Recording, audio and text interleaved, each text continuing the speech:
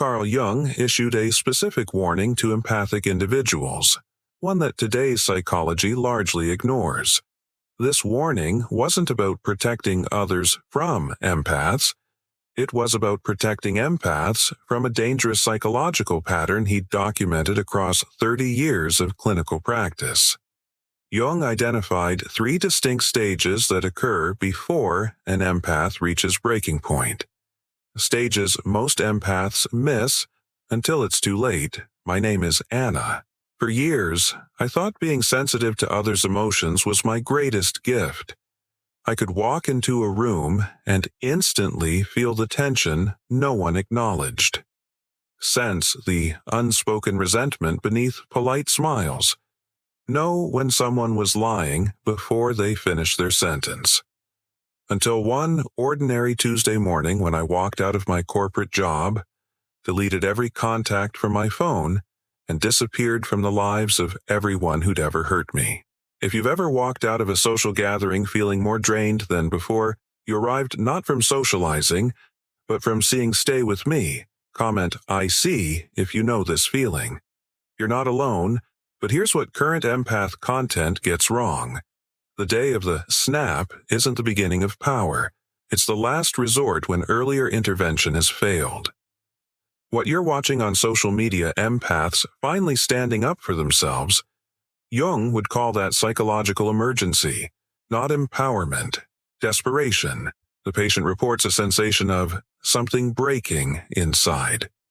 But careful observation reveals this fracture began forming months, sometimes years earlier. The critical intervention window exists not at the moment of crisis, but in the preceding 3 stages.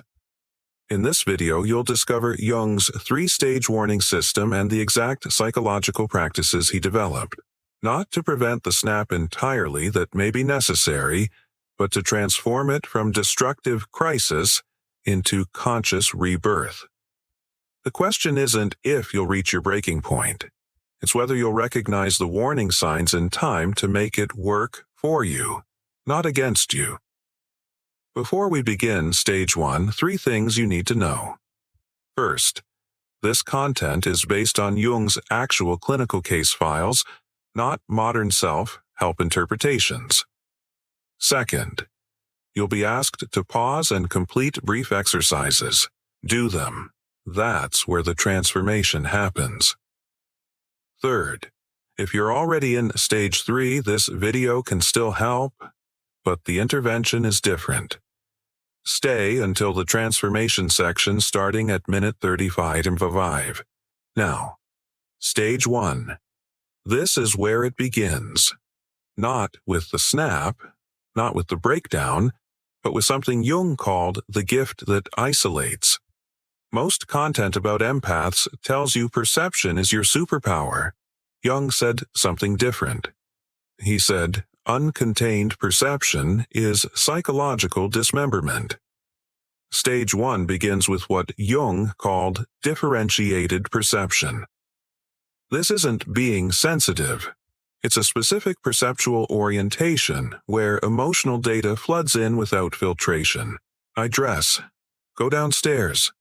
The father greets me warmly. Too warmly. I see his eyes linger. I see his wife see it too. I see her smile tighten. I see the daughter notice her mother's tension. I see the son retreating into silence. All of this before breakfast. I sit at the table. The father asks about my plans for the children's studies. His voice is kind, but I hear the undertone, the possessiveness. His wife responds before I can answer. Her voice is light, but I hear the warning. The daughter pushes food around her plate. She's not eating. She hasn't eaten properly in weeks. No one else has noticed, or they're pretending not to notice. I notice. I always notice. By 8 in the morning, I have perceived 43 emotional transactions, processed 16 layers of unspoken tension, held 7 people's contradictions in my awareness simultaneously, and the day has just begun. Jung wrote in the margins of Anna's session notes, patient exhibits no break in perceptual processing. No automatic filtering. The psyche remains open like a wound. This is stage 1. Not reading people occasionally. Reading everyone constantly, with no off switch. Jung's shadow theory isn't what most people think. It's not just the dark parts of yourself. That's the pop psychology version. The shadow, in Jung's framework, is everything you cannot consciously acknowledge about yourself while maintaining your identity. For empaths in stage 1, there's a specific shadow pattern Jung documented. Here's what Jung observed in Anna and patients like her. Conscious identity: I am perceptive. I see truth. I help others navigate their emotions. I am valuable because I understand what others cannot. This identity feels positive, generous, even spiritual. But beneath it, in the shadow, Jung found the inverted truth. Shadow reality. I need to be needed. I need to be the one who sees. Because if I'm not special in this way, I'm ordinary. If I'm ordinary, I'm invisible. If I'm invisible, I don't matter. The perception isn't serving others. It's serving a terror, the terror of insignificance. Jung wrote, "The patient does not perceive others to help them. The patient perceives others to confirm her own existence. The self has become dependent on the act of seeing. When perception fails or is not acknowledged, the patient experiences not disappointment, but existential erasure. This is the trap. You can't stop perceiving, because your identity, your sense of existing, is built on it. If you're watching this and feeling resistance right now, that's the shadow. No, I really do want to help people. My perception really is a gift." Both can be true. You can genuinely want to help, and also be unconsciously dependent on being the one who sees. Jung wasn't saying your perception is fake. He was saying, when your identity requires it, you can't choose to turn it off. And that's when Jung observed something he rarely discussed publicly: a point of no return. Here's the problem. When an empath in stage 1 walks into therapy, they don't look like the DSM. No panic attacks, no depressive episodes, no trauma flashbacks. They look functional, articulate, self-aware, and that's exactly why they get missed. Modern therapy is trained to look for dysfunction. But stage 1 empaths aren't dysfunctional. Not yet. Therapist sees, client has strong social insight, good emotional vocabulary, demonstrates empathy and attunement. What's actually happening? The client is hemorrhaging psychic energy. Their nervous system is in chronic overdrive. Their identity is fused with a perceptual pattern they cannot control. Jung wrote about this explicitly in 1933. The most dangerous patients are not those who cannot function. Those we recognize and treat. The most dangerous are those who function beautifully while slowly dying inside. They are legible to society but illegible to themselves, and because they speak our language, we assume they are well. Jung called these patients the articulate drowning. They can describe the water. They can analyze the current. They can explain the mechanics of drowning, but they're still drowning. If you've been to therapy and left a feeling like they didn't quite get it, this might be why. You described everything clearly. You gave them all the information, and they gave you stress management techniques. But stress management doesn't work when the problem isn't stress. The problem is architectural. You need a different kind of intervention, and Jung spent 30 years developing it.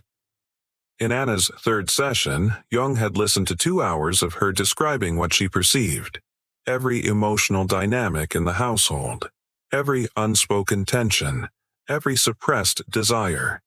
She was brilliant, articulate, precise, and Jung stopped her mid-sentence. Jung asked Anna, "What are you not perceiving?" Anna looked confused. Let me show you the difference. Normal perception works like a camera with autofocus. Your brain filters out 90.5% of social stimuli, keeping only what's relevant for immediate survival. Differentiated perception. No filter. It's like thermal imaging. You see heat signatures beneath every surface, micro, expressions that last 0.2 seconds. Tonal shifts most people miss entirely, the gap between what someone says and what their body betrays. Jung documented this in patient after patient. I don't understand. I perceive everything. That's the problem. Jung leaned forward. No, you perceive everyone else, constantly, completely. But when I ask you what you want, what you need, what you're feeling underneath all that observation, you can't tell me. You have exquisite perception turned outward, and almost no perception turned inward. You're drowning in other people's emotional data because you're running from your own. This is the mechanism of the trap. Empaths in stage 1 don't perceive because they're good at it. They perceive because it's a defense mechanism. As long as you're processing everyone else's emotions, you don't have to feel your own. As long as you're figuring out what everyone else needs, you don't have to acknowledge what you need. As long as you're valuable for seeing others, you don't have to face the terror that, without that function, you might not be valuable at all. The perception isn't the gift, it's the shield. And, Jung knew, you can't heal what you're using as armor. Right now, pause at this video. Ask yourself, Jung's question, what am I not perceiving about myself? Don't rush this. The answer might not come immediately. Not about others, about yourself. If the answer doesn't come right away, that's actually revealing something important. That's stage 1. Let's lock in what we've covered. Stage 1. The perception trap. You develop heightened perception of others. It feels like a gift. You're the one who sees what everyone else misses. But Jung identified the hidden mechanism. Your perception is pointed outward because you're unconsciously avoiding inward awareness. You process everyone else's emotions as a defense against feeling your own. Your identity becomes fused with this function. You're valuable because you see, and because your sense of self requires it, you can't turn it off. The gift becomes a trap. The perception becomes exhausting. Your nervous system starts to fracture, but you don't recognize the cost yet because you're still functional, still managing. That's stage 1. If you recognize yourself in stage 1, here's what Jung would tell you. You're not broken. This is a developmental stage. You can't skip it, but you don't have to stay stuck in it. The way out starts with the question, what am I not perceiving about myself? Write it down, not as a journal prompt, as an investigation. Because stage 2? That's where the real work begins. Because here's what Jung discovered.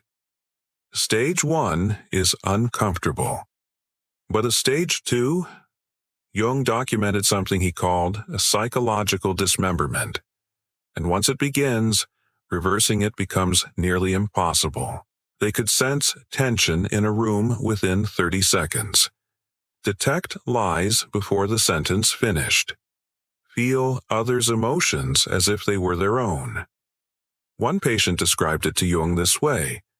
It's like everyone else is watching a movie, and I can see the cameras, the lights, the director giving cues. I can't unsee the machinery. In his clinical notes, Jung wrote, the heightened perceptive capacity is initially experienced as a gift, but without containment becomes overwhelming. Patients in this stage report physical symptoms, headaches, digestive issues, sleep disturbances, all manifestations of the psyche's attempt to process excessive emotional data. This is what competitor content misses. They celebrate the perception. Jung warned about it. So how do you know if you're in stage 1? Jung identified 3 markers. not symptoms. Markers. 1. You can't engage in small talk without feeling physical exhaustion, not social anxiety. Exhaustion from seeing the performance. 2. You notice things about people they don't know about themselves, and you've learned not to mention them. 3. Crowded rooms drain you not from the noise, but from the emotional data overload.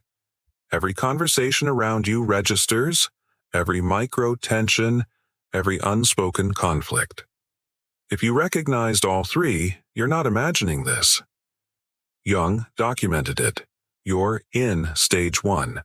But here's what Jung observed next. Stage 1 has an expiration date. The perception doesn't stay stable. It intensifies, and that's when the real danger begins. Stage 1 is the most deceptive phase, because from the outside, nothing looks wrong. Jung's patients in this stage held jobs, maintained relationships, appeared functional. But in his private case notes, Jung wrote something he rarely shared publicly. He called Stage 1 the silent psychological hemorrhaging. On the surface, stability. Beneath the self, slowly draining away. Between 1896 and 1928, Jung tracked 40.7 cases, patients who exhibited this pattern. The patient exhibits heightened sensitivity to social incongruence. They perceive gaps between stated intention and unconscious motivation, between persona and shadow, between the collective pretense and individual truth. Initially, this capacity produces fascination. The patient feels they possess special insight. They are, in their own words, finally awake. But the psyche is not designed for constant wakefulness. The unconscious requires periods of not seeing, of comfortable illusion, of what I term necessary blindness. When the patient loses this capacity for strategic unconsciousness, the first symptom emerges: social exhaustion that cannot be resolved through rest. Jung was describing something modern psychology doesn't have language for. It's not social anxiety where you fear judgment. It's not depression where you feel nothing. It's perceiving everything, all at once, with no ability to filter, and your nervous system beginning to fracture under the weight. Anna came to Jung in 1922, 8 years old, unmarried, working as a governess for a wealthy family in Zurich. On paper, nothing was wrong, but Anna told Jung something in their first session that made him immediately recognize Stage 1. She said, "I can see what everyone is hiding, and I can't unsee it." Anna described her typical day to Jung, and he transcribed it word for word. "I wake at 6, already exhausted. Stage 2 is where the architecture begins to fail. In Stage 1, you were functional, exhausted, but functional. Stage 2 is different. Jung called this the internal fracture, the moment when your psyche can no longer sustain the contradiction. You cannot be yourself and maintain the relationships you've built. You cannot speak your truth and keep the peace.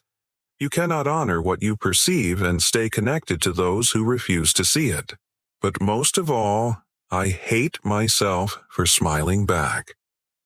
That's when I knew something inside me had fractured, and I wasn't sure I could piece it back together. This is the fracture Jung documented. Not a breakdown, a breakthrough.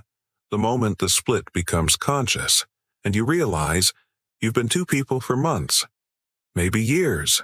Jung was working with phenomenology, clinical observation, but we now have brain imaging, and what those scans show is disturbing. Stage 2. Empaths aren't imagining the split. It's structural. In 2015, researchers at UC Berkeley studied individuals who self-reported feeling like two different people in social contexts. They found something Jung predicted a century earlier: neural dissociation. Not the dissociation of trauma, different mechanism entirely. These individuals showed simultaneous activation of two distinct neural networks that typically don't fire together. Let me pause here. If this brain science feels complex, that's because it is complex. Jung didn't have fMRI machines, but he observed this with clinical precision a century ago. What neuroscience now proves, Jung knew through pure observation. Here's what that means for you. Network 1. The social compliance system. Ventromedial prefrontal cortex. Mirror neurons. Theory of mind circuits. This network is saying, read the room, adapt, maintain connection. Network 2. The self-preservation system. Dorsolateral prefrontal cortex. Self, referential processing. Threat detection. This network is saying, this is wrong, you're betraying yourself. Get out. In most people, one network dominates. You're either in social mode or self-conscious preservation mode. In stage 2, empaths, both networks running at full capacity, simultaneously, constantly. Your brain is literally being pulled in two directions. Jung called this psychological dismemberment. Neuroscience calls it chronic neural competition. But the result is the same. Exhaustion, rage, and the growing sense that you cannot hold this much longer. This is why stage 2 brings new symptoms, not just exhaustion, muscle tension that won't release, jaw clenching, chest tightness. Your body is literally holding the split. Stage 2. Self-diagnostic. 3 questions. 1. Do you rehearse conversations you'll never have? Not planning what to say. Rehearsing what you wish you'd said. What you would say if you were honest. Arguments with people who aren't in the room. Entire monologues about truth you'll never speak. If yes, your split is conscious. 2. Do you feel resentment toward people you're supposed to love? Not because they're cruel, because they need you to keep pretending. Your partner who needs you to be positive. Your family who needs you not to mention what everyone sees. Your friends who need you to stay in the role you've always played.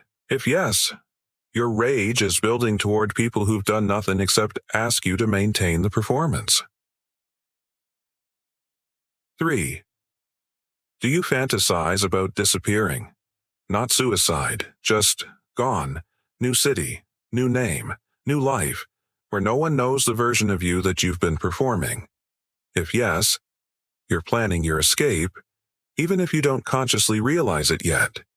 If you answered yes to 2 out of 3, you're in stage 2, and stage 3 is closer than you think. Jung observed, the time between recognizing stage 2 and entering stage 3? Average, 6 weeks. Which means, if you're here now, intervention needs to be immediate. Jung's mirror question isn't therapy. It's surgery. Stage 2 is where you've become expert at seeing everyone else's shadow, but your own, invisible. This practice does one thing. It turns your differentiated perception inward, and what you see will be uncomfortable. Jung warned patients, this exercise will make you like yourself less before you understand yourself more. If you're not ready for that, skip to practice 3 at minute 20. If you're ready for the real work, stay here. Here's how it works. You'll need something to write with. Pause the video if you need to.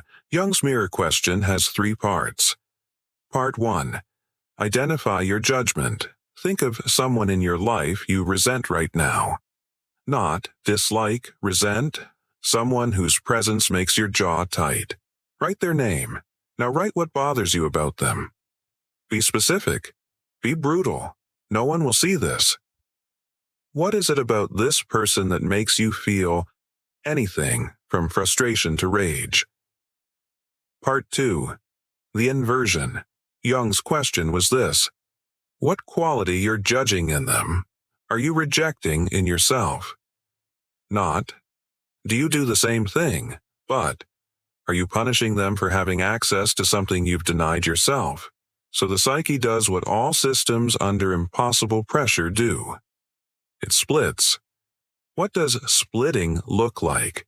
You develop two distinct selves, not metaphorically, psychologically distinct. Self 1, the accommodating version, the one who shows up to family dinners, who nods along in meetings, who maintains the social contract. This self smiles, agrees, keeps the peace. Self 2, the observer, the one who's taking notes. Let me give you Jung's examples. Anna resented her employer's wife for being shallow and content. Through the mirror exercise, she realized she was jealous. The wife could live on the surface and be happy.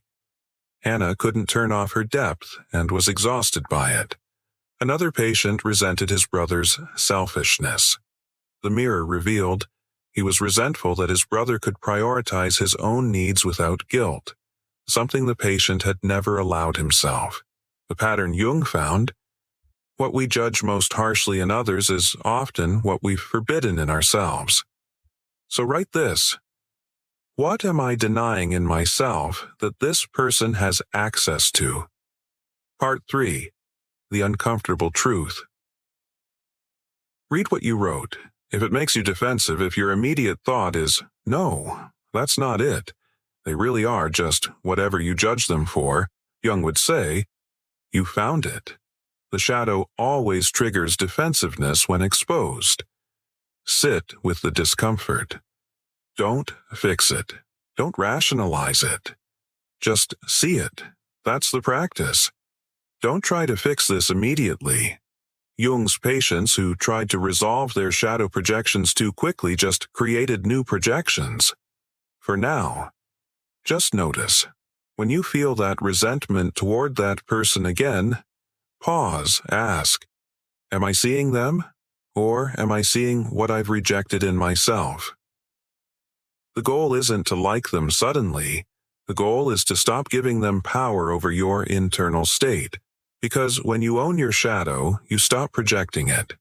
And when you stop projecting, the rage starts to dissolve. In stage 2, your rage isn't random.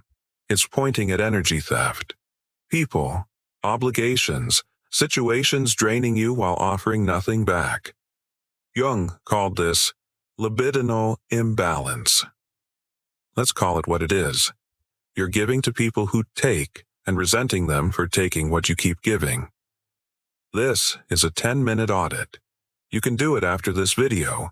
Jung had patients track 3 categories over 1 week.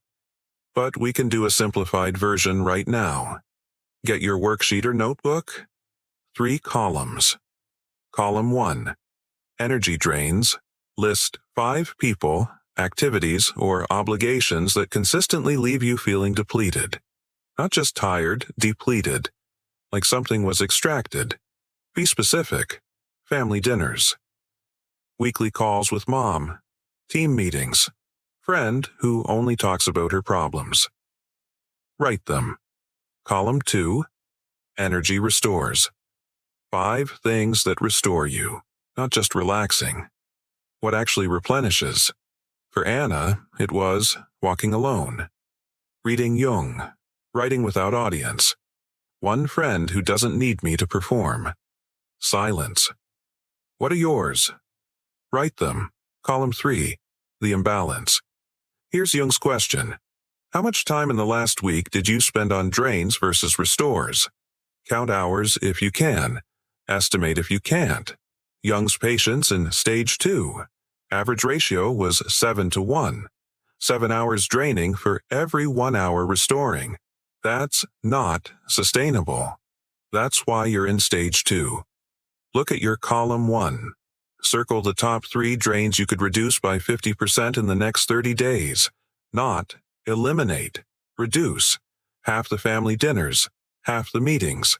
Half the emotional labor for the friend who takes Dr. Jung's guidance. You cannot add restores without removing drains. The system is at capacity. Start with reduction, protection before addition. These practices mirror the audit their intervention at stage 2. But here's what Jung observed. For some, the intervention comes too late. The fracture has widened too far. The rage has built too high, and stage 2 accelerates into stage 3. Jung documented this acceleration in patient after patient. Stage 1 could last years.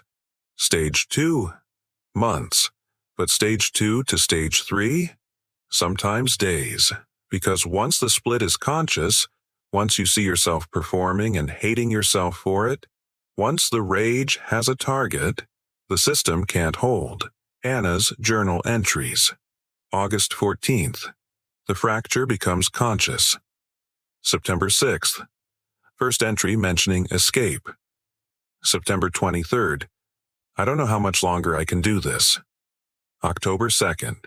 She walked out 7 weeks from fracture to snap. Stage 3 isn't just the snap.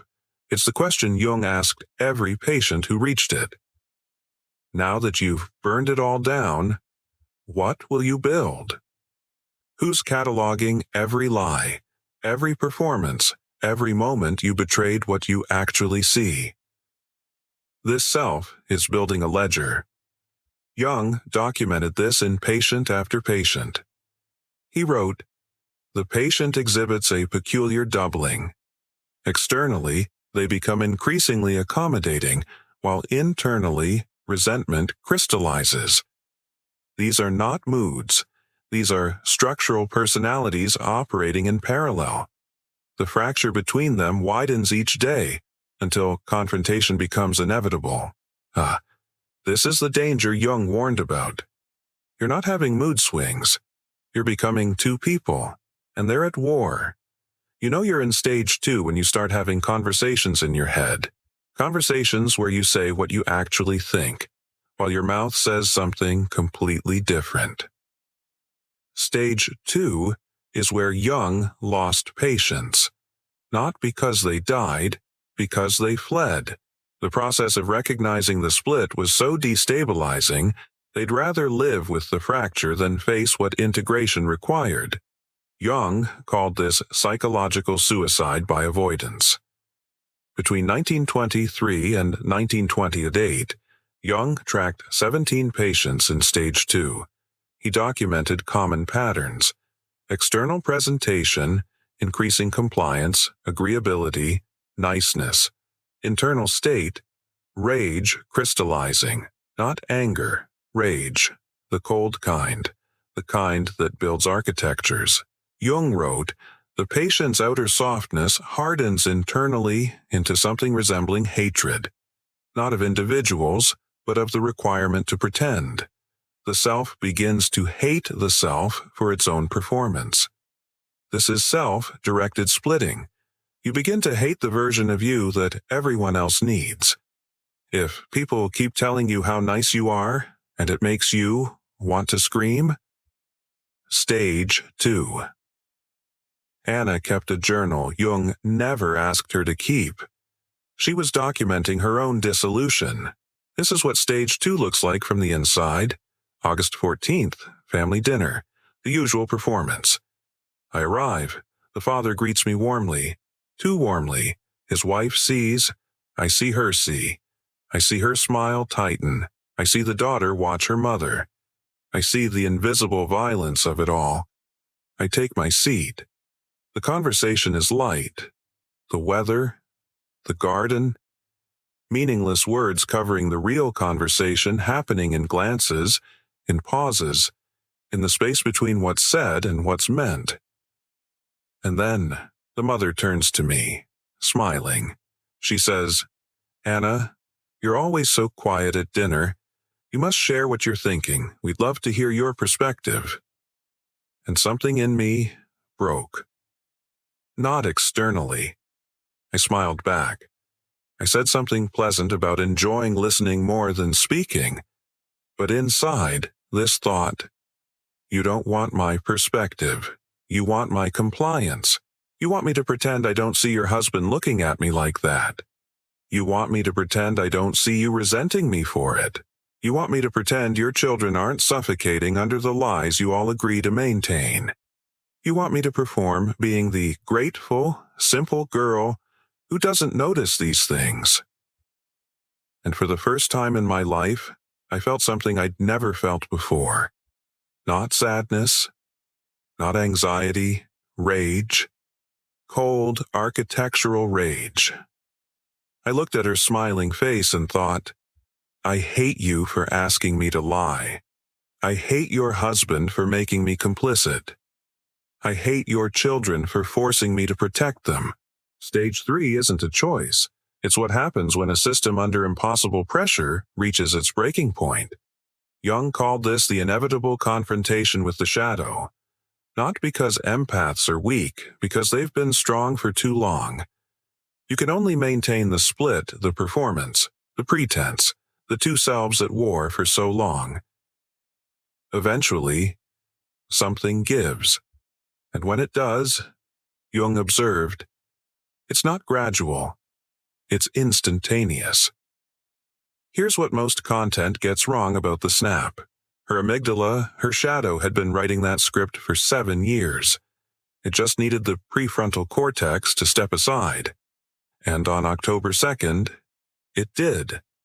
Physical signs you're in the snap. Time distortion. Tunnel vision. Feeling like you're watching yourself from outside. That's not dissociation. That's your prefrontal cortex as passenger. So if you're in stage 3 or headed there, Jung had guidance. Not to prevent the snap, but to direct its energy. Anna's snap burned bridges permanently. She never worked as a governess again. That family never spoke to her. Jung's question to his later patients, what if you could honor the truth without destroying every relationship? That's what this script is for. Not to prevent you from speaking truth. To prevent you from speaking it in ways you'll regret when the amygdala calms down, because it will calm down, and you'll still need to live with what you said. Jung developed this with patients post Anna, what he called conscious confrontation protocol. 3 phrases, memorize them. Use them when you feel the override coming. Phrase 1, I need to say something true, and it might be uncomfortable. This signals what's coming is real, not emotional dumping. Truth. Phrase 2. I've been perceiving something I haven't spoken about, and it's affecting me. Notice, I've been perceiving, not you've been doing. This keeps you as the subject. Your perception, your experience. Phrase 3. Moving forward, I need specific boundary. I'm not asking permission, I'm informing you of what has to change. That's the frame. Now the content. What you say between phrases 2 and 3. 1 truth. 1 boundary. That's it. Not the full ledger your shadow has been keeping. Not every resentment. 1 truth. 1 boundary. Example Anna could have said, I need to say something true, and it might be uncomfortable. I've been perceiving dynamics in this household that put me in an impossible position, and it's affecting me. Moving forward, I need clearer professional boundaries around my role. I'm informing you this has to change. Same truth. 0 bridges burned. Use this script when you feel the override starting. That feeling of, if I don't say this now, I'll explode. The script gives your prefrontal cortex something to do. A track to run on, so the truth gets spoken. But the shadow doesn't write the whole speech. Pause the video now. Write down these 3 phrases. You'll need them memorized when the moment comes. Because when the override starts, you won't have time to think. You'll need them ready. The script helps if you catch stage 3 early. But for most people, for Anna, the snap happens before they know it's coming. So the question becomes, what now? Jung spent the next decade answering that question. What he discovered became his most important work. Not how to prevent the snap, but how to transform it. They frame it as empowerment. The day the empath finally stands up for themselves. Jung saw it differently. The snap isn't you taking control. It's your shadow taking control. Everything you've suppressed, the rage, the truth, the boundaries you never set, the self you've been performing against, erupts. Not consciously. Jung wrote, the patient reports feeling like a passenger in their own body, watching themselves speak words they didn't plan, make decisions they didn't consciously choose. It's not empowerment. It's emergency override. Your psyche has determined the current system is destroying you, and it activates the only mechanism left. Scorched earth. You know it's stage 3 if you look back at what you said or did and think, that wasn't me. Except it was. It was the part of you that's been silenced. Finally speaking, without your permission. What makes Anna's case unusual isn't that she snapped. Jung's files are full of snaps. What makes it unusual is she wrote it down. The same day. Before rationalization. Before justification. Raw documentation of shadow override. October 2nd, that morning I wake, I dress, I go downstairs. Breakfast. The usual performance. The father's eyes, the wife's tight smile, the children's silence, and then the mother. The wife, she says to me, Anna, the children seem distant lately. I think they need more guidance, more of your attention. Something in me clicks. Not anger, not even conscious thought, just clarity. I hear my voice, but I'm not directing it. I say, no. She looks confused. I'm sorry? And I say, no, I won't give them more of my attention. I won't give you more of my emotional labor. I won't pretend I don't see what's happening in this house.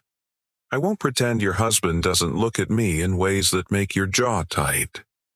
I won't pretend you don't resent me for existing in his line of sight. I won't pretend your children aren't suffocating under the performance you all maintain. I won't pretend. I'm done pretending. Silence. Complete silence.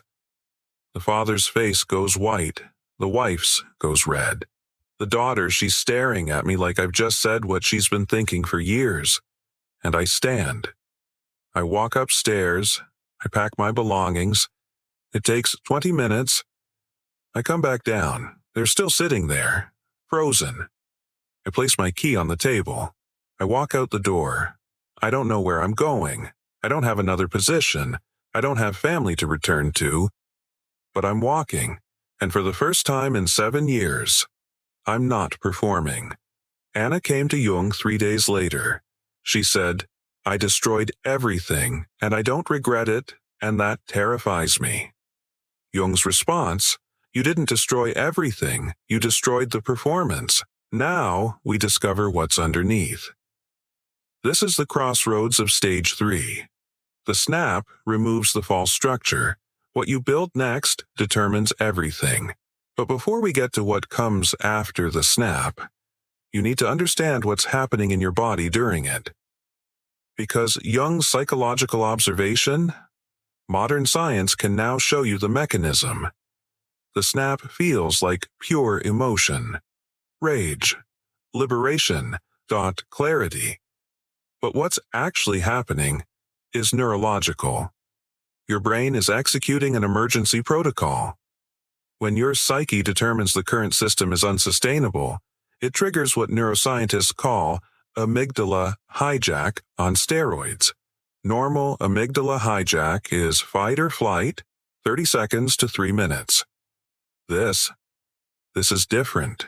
Your amygdala overrides your prefrontal cortex, the part that plans, that filters, that maintains your social self for hours, sometimes days. During this time, you're operating from pure limbic system. No filtering, no second guessing, no performance, just truth, raw, unfiltered, often brutal. Anna's "I won't pretend" speech? She didn't plan that. But here's what most content about the empath snap gets dangerously wrong.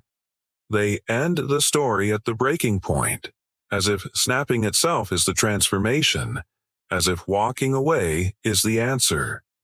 Jung knew better. Across decades of clinical observation, he documented what happened after his patients reached crisis, and what he discovered was both liberating and terrifying. Because the snap isn't the end point. It's a doorway. Think of a cell membrane. It doesn't block everything or let everything through. It's selective. It has receptors that determine what enters and what stays out. Your boundaries need the same intelligence.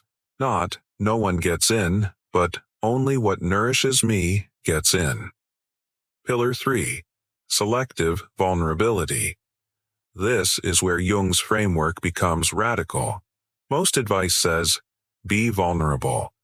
Jung said, be strategically vulnerable. Not everyone has earned access to your depth. Not everyone can hold what you see.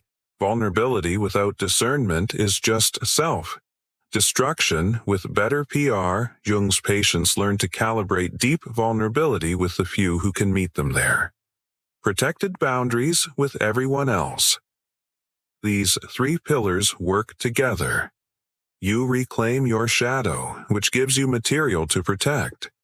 You build boundaries, which create safe space to be vulnerable.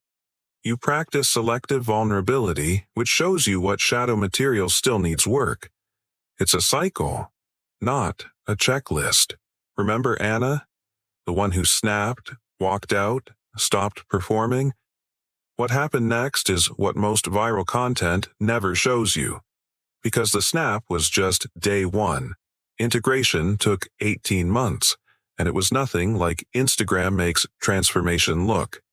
Here's what Anna's integration actually looked like, phase by phase. Months were 3. The reactive spiral. Initially, Anna was on path 1. She cut off everyone.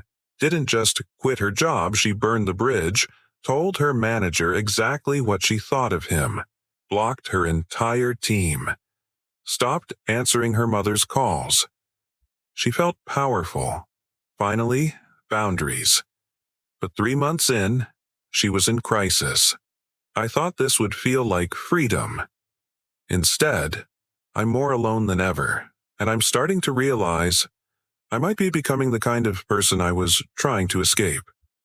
This is the Path 1 realization. The reactive snap creates isolation, not integration. Months, chapter 4.9. Shadow work begins. This is where Anna started doing Pillar 1 shadow reclamation. We explored. What did she reject to become the perfect team player?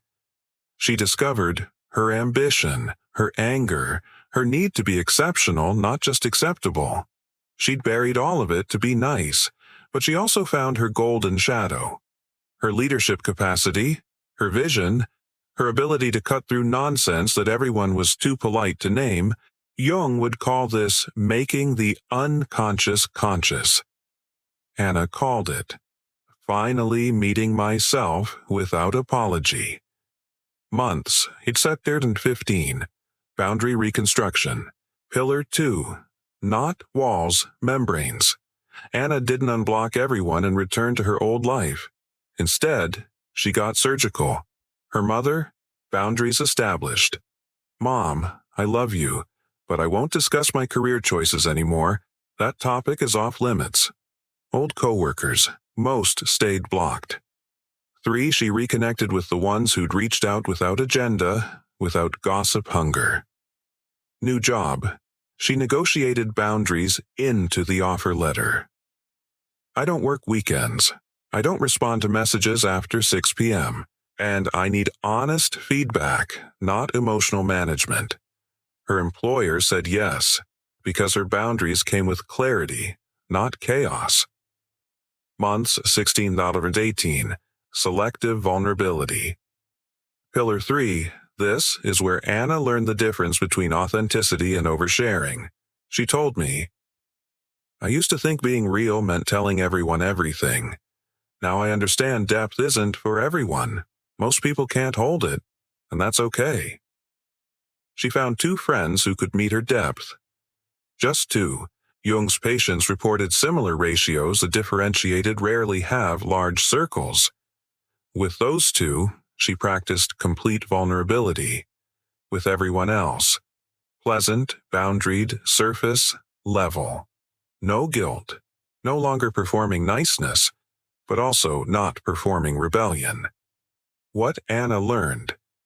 Integration isn't an event. It's a practice. Months sounds long, but consider she spent 34 years learning to perform. Months to unlearn that. Jung would call it miraculous. The question for you. Are you willing to walk the slow path of integration, or will you take the fast path of reaction? Jung didn't have brain scans in the 1920s, but modern neuroscience has validated what he observed clinically. What Jung called individuation, neuroscience calls neural integration. And understanding what's happening in your brain during this process, it makes the difficulty make sense. Here's what researchers have discovered. When you're in reactive mode, path 1, your amygdala is hyperactive. You're in constant threat detection. Every boundary is a defense mechanism. You're not choosing, you're surviving. Brain scans show decreased prefrontal cortex activity. The part of your brain that makes conscious choices? Offline.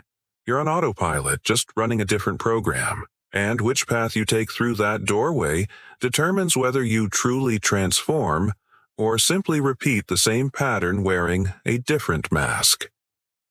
Jung called this the crossroads of individuation. Here's what he observed. After the confrontation with shadow after the snap, every patient faced the same choice between 2 paths. Path 1. The reactive cycle. Jung documented patients who left toxic situations only to recreate them in reverse. The doormat became the dictator. But during true integration, path 2, something different happens.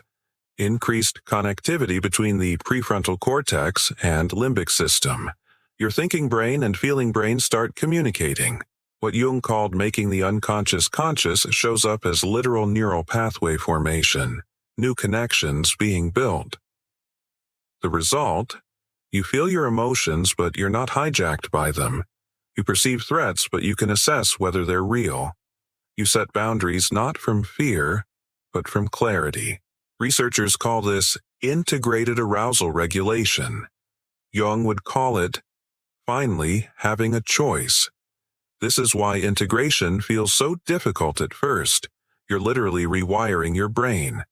New neural pathways take time, typically 3 to 6 months of consistent practice before they become default. Which brings us to, what does that practice actually look like? Jung was insistent. Integration requires documentation, not just thinking about your shadow, not just talking about boundaries, writing it down, making it conscious in ink. He told patients, what remains unconscious cannot be integrated, and what isn't written is too easily forgotten or distorted by the mind's protective mechanisms. This isn't Instagram journaling. This is archaeological work excavating parts of yourself you've buried for survival. Jung's integration. Journaling protocol has 5 prompts. Anna did this nightly for the first 6 months, then weekly for the next year. Before we continue, pause here. Open your journal and get ready to try these prompts with me. I'm going to walk you through each one. Prompt 1. Shadow dialogue. What part of me did I reject today to maintain my persona? Write a conversation between your conscious self and that rejected part. Let it speak. Don't censor Anna's example.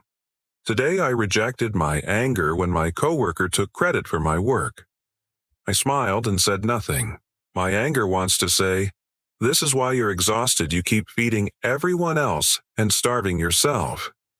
Prompt, Chapter 2. Boundary Reflection. Where did my energy leak today? Where was I permeable when I should have been boundaried?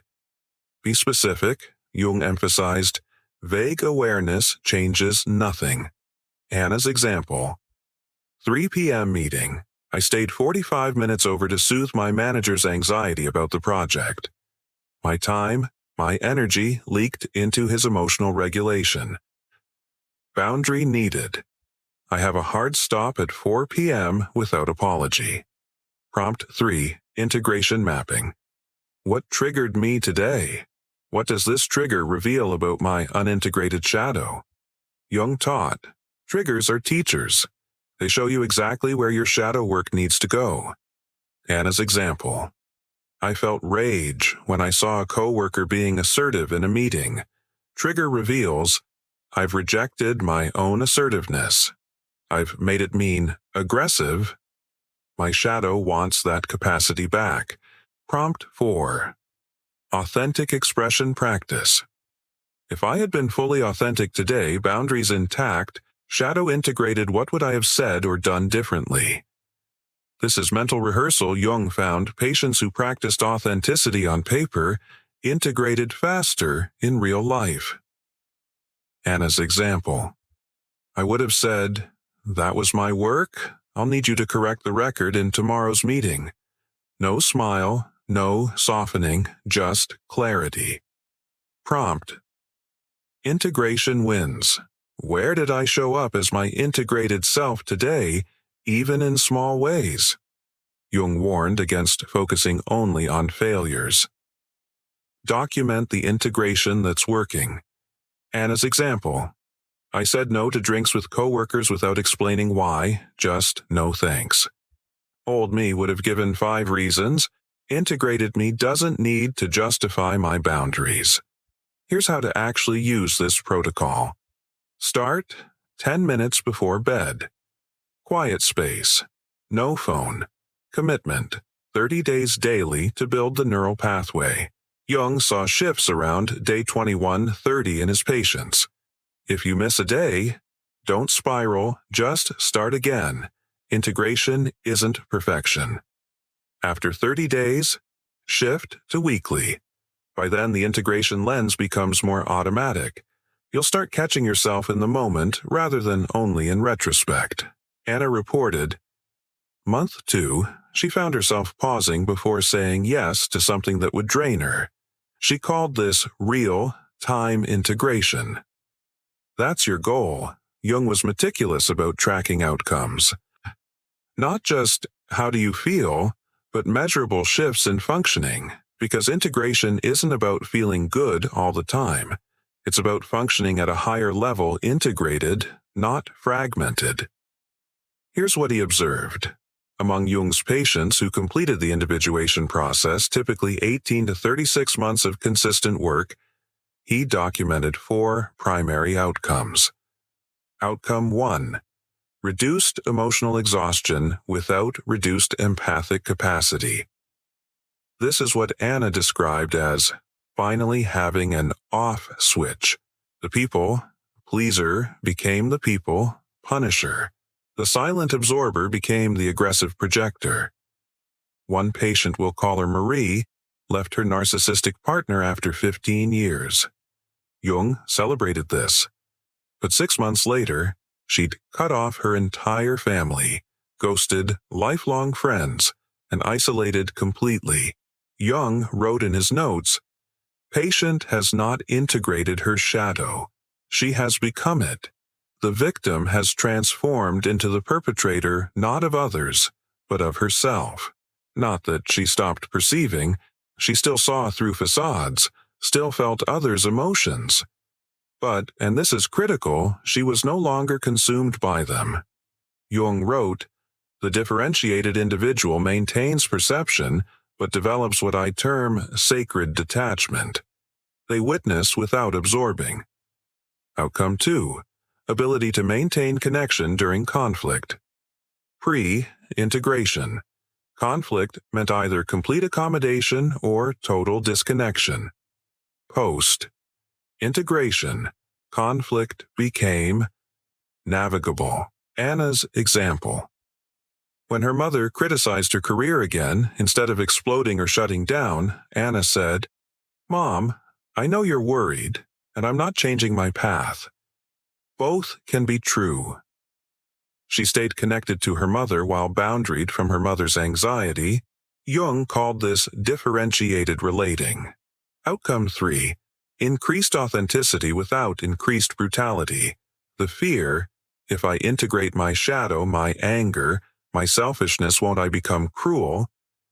Jung found the opposite. Integrated patients became more compassionate, not less. Because they'd face their own darkness, they could hold others without judgment.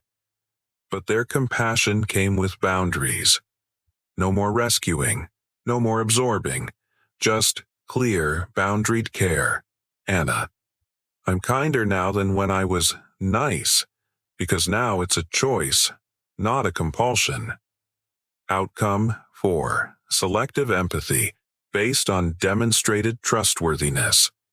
This is the most controversial outcome and the most important. Jung observed. Integrated patients stopped treating empathy like a resource they owed everyone. They became strategic. Not everyone earned access to their depth. Not everyone could hold it. And they stopped feeling guilty about that discernment. Anna. I used to feel like a bad person if I didn't emotionally engage with everyone. Now I understand. My depth is a gift. I don't cast pearls before swine. And that's not cruelty. It's stewardship. These outcomes don't happen overnight. Jung's timeline: 18 months minimum for initial integration, years for mastery. But every patient who walked the path reported the same thing. I don't want my old life back, not even the good parts, because I wasn't whole then. I was performing, and now I'm not. That's the marker of true integration. We started with Anna's snap moment, that dramatic walk out. Here's where she is now. 2 years later, Anna runs a small consulting firm, 3 employees, all of them like her differentiated perceivers who couldn't tolerate corporate performance culture. She works 30 hours a week, makes less money than her old job, and told me, I'd never go back, because I'm not spending my life pretending I don't see what I see anymore. Relationships. Her mother still doesn't understand her choices. That's okay now. 2 deep friendships, a partner who values depth, small circle. No apologies. She journals weekly, not daily anymore. The integration is more automatic now. But she still checks in with her shadow, still monitors her boundaries. Jung would call her individuated. Anna's path isn't the only path, but it's proof. Integration is possible. The question is, will you walk it? And this is what Jung termed shadow reversal. You swap roles, but the dysfunction remains. Path 2. The integration journey. But Jung documented a different pattern among patients who did deeper work. These individuals didn't swing from one extreme to another. They didn't go from having no boundaries to building walls. Instead, they became what Jung called consciously permeable. Selective, discerning, boundaried, but not barricaded. The difference: Path 1 asks, who hurt me? Then cuts everyone off. Path 2 asks, what do I actually need to thrive? Then builds accordingly. So how do you know which path you're walking? Jung had a diagnostic question he asked at this exact crossroads. Are you choosing your boundaries, or are your boundaries choosing you? Path 1 is reactive. It's driven by who hurt you. Every boundary is a reaction to past pain. Path 2 is creative. It's driven by who you're becoming. Every boundary is a choice toward wholeness. The question isn't whether you've snapped. The question is, what are you building with the pieces? Jung didn't just document the problem. Over 40 years, He developed a specific framework for navigating this crossroads. He called it individuation, and it's nothing like modern self. Help makes it sound. Here's Jung's original definition from his collected works. Individuation means becoming a single, homogeneous being, and insofar as individuality embraces our innermost, last, and incomparable uniqueness, it also implies becoming one's own self. We could therefore translate individuation as coming to selfhood, or self-realization. Let me translate. Individuation isn't about becoming whole by adding more. It's about becoming whole by integrating what's already there, including the parts you've rejected.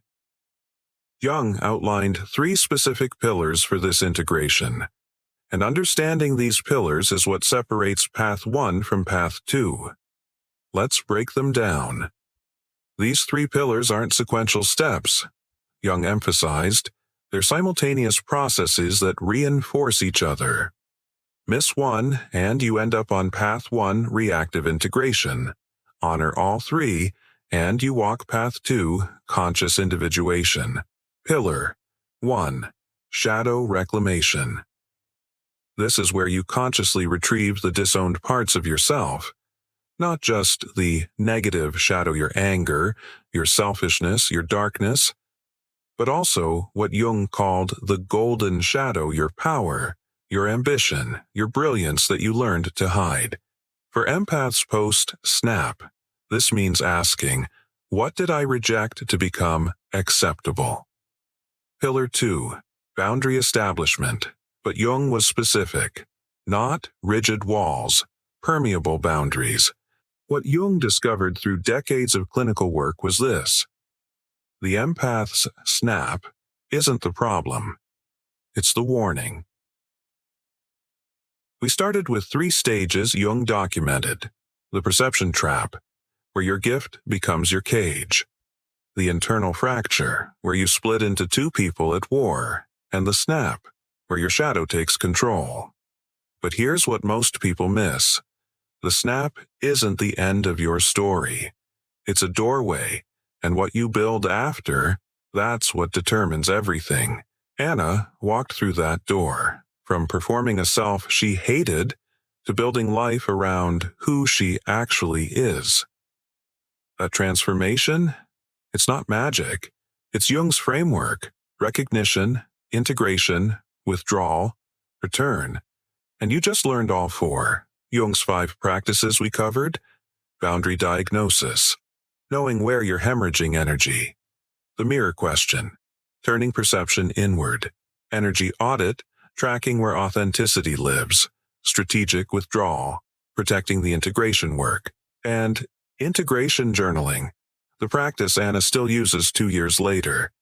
These aren't theory, and Jung developed them over 40 years of clinical work. His patients who applied them, they didn't just survive the snap, they emerged integrated. If you recognized yourself in any of these stages, if you felt this isolation, this burden of seeing, you're not alone in being alone. You're part of what Jung called the differentiated. Fewer than 5% of people experience this level of perception, and there are others here. So here's what I'm asking. In the comments below, share one moment. One time you saw through a social facade and paid the price for it. One experience of this isolation Jung documented. Let's build a record. Jung documented his patients in case files. A century later, we're documenting ourselves, the differentiated of the digital age. Comment your moment below. Your story might be the mirror someone else needs to see. They're not alone. And if you want to go deeper into Jung's work, shadow integration, individuation, the practical frameworks his patients used, subscribe. We're building a library of depth psychology that explains what you've always felt but couldn't name. Hit that subscribe button, this is just the beginning. And if you're wondering, what about the narcissists, the people who caused the fracture in the first place? Jung documented something fascinating about that dynamic. something most content gets dangerously wrong. Welcome back.